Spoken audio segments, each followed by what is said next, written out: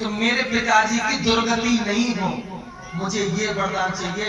ऐसा पुत्र होना चाहिए जिस पिता ने प्रहलाद को पहाड़ियों से गिराया, सर्प के कक्ष में डलवा दिया, अग्नि में डलवाने की प्रयास किया, अपने हाथों से हाथी के पैर के नीचे लिटा दिया, और जब उसके पिता का देहांत हुआ, वध हुआ, वही पुत्र अपने पिता की मुक्ति के लिए कहता है। ये होता है पुत्र का लक्षण। छोटी छोटी बात पे पिताजी को जवाब दे देते उल्टा। और सुनिए, मेरे पिता की दुर्गति नहीं हो भगवान, आपसे यही वरदान मांगता हूं। नरसिंह भगवान कहते हैं, बेटा तेरे जैसा भक्त जिस कुल में जन्म लेता है ना, तो उसकी अकेले नहीं, उसकी 21 पीढ़ी तर जाती है। 21 पीढ़ी परीक्षित पूछते हैं, 21 पीढ़ी कौन सी होती है? 7 पीढ़ी होती है अपने पिता के पक्ष की, यानी हमारी पूरे वंश की 21 पीढ़ी कर जाएंगे। ऐसा जो भक्त पैदा होता है, 7 पीढ़ी माताजी यानी ननिहाल पक्ष, कितनी हो गई? 14। और सुनिए, 7 पीढ़ी बा भगत की शादी है जाए ससुराल पक्ष में,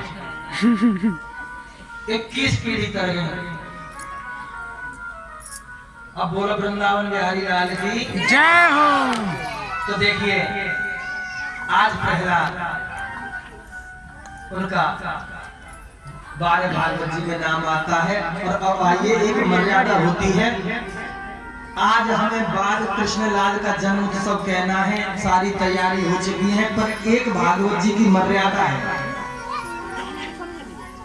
कि जब तक आप राम कथा नहीं कहोगे, सूर्यवंश की कथाओं में नहीं प्रवेश करेंगे, तब तक आप कृष्ण कथा में प्रवेश नहीं कर सकते। सूर्यवंश की कथा कहनी है और आप जब चंद्रवंश में पहुंचेंगे। और सुनिए, केवल आपको बता दें, सुखदेव जी ने कहा, राजन तुम्हें राम कथा विस्तार से सुनी है तो संतों से सुनना, भागवत में तो केवल सूक्ष्म रूप से राम कथा है। माता जी साइलेंट नहीं, सुखदेव जी ने कही है जी, मैं अच्छा, सुखदेव जी कह रहे हैं कि देखिए, नारायण के पुत्र हुए ब्रह्मा, ब्रह्मा के मारीच, मारीच के कश्यप, शायद ये गोत्र तो होगा ना।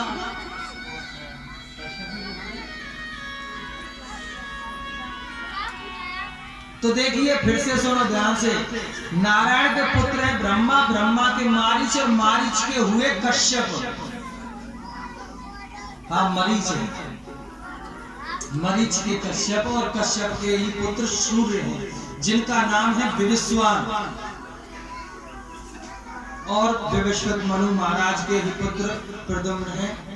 ये वंश कोई छोटा मोटा नहीं, बहुत बड़ा वंश है। इसमें एक से एक बढ़कर प्रतापी राजा हुए हैं। हरिश्चंद्र तक, सत्यवादी हरिश्चंद्र तक, गंगा को प्राकृत करने वाले भगीरथ भी सभी इसी सूर्यवंश में हैं। सिर्फ आपको समय के अभाव से आपको सूर्यवंश में एक प्रतापी राजा है महाराज दशरथ। एक मर्यादा है सूर्यवंश में, बिना यज्ञ किए किसी को संतान नहीं हुई, बिना यज्ञ किए किसी को पुत्र नहीं हुआ। और सुनो, तो महाराज